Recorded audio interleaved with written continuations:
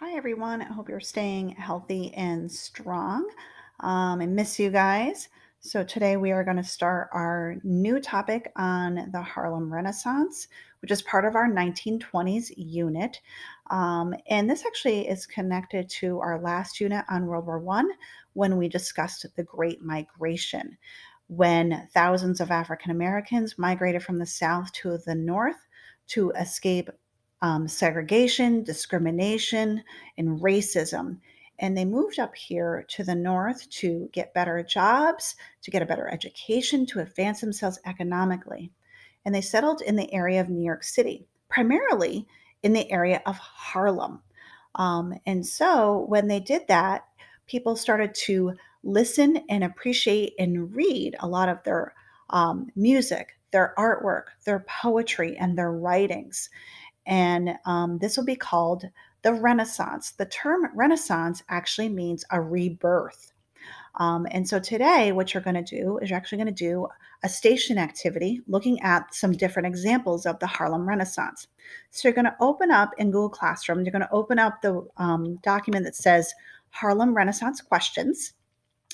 And so there's 6 stations. So station 1 is some background information on the Harlem Renaissance.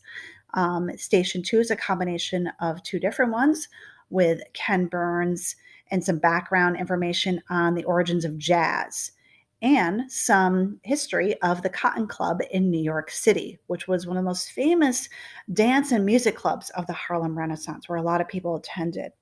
Station 3 is from Marcus Garvey, who was a very controversial writer during the Harlem Renaissance. A lot of people were against what he had to say about African Americans. So you're going to read one of his poems. Station 4 is actually from my favorite poet, Langston Hughes. You're going to read 2 selections by him, 2 of his famous poems, and answer some questions. And then Station 5, you're going to be listening to some music by Louis Armstrong, who was one of the most famous musicians of the jazz era during the Harlem Renaissance. And then finally, wrapping up with Station 6, you're going to look at 2 pieces of art from the Harlem Renaissance and their effects and what their contributions were from that time period. When you are finished, just do the turn in on Google Classroom.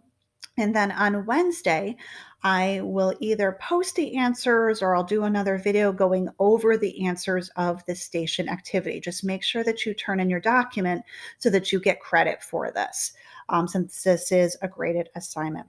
So again, I hope you guys are doing well and I miss you guys and I will see you soon.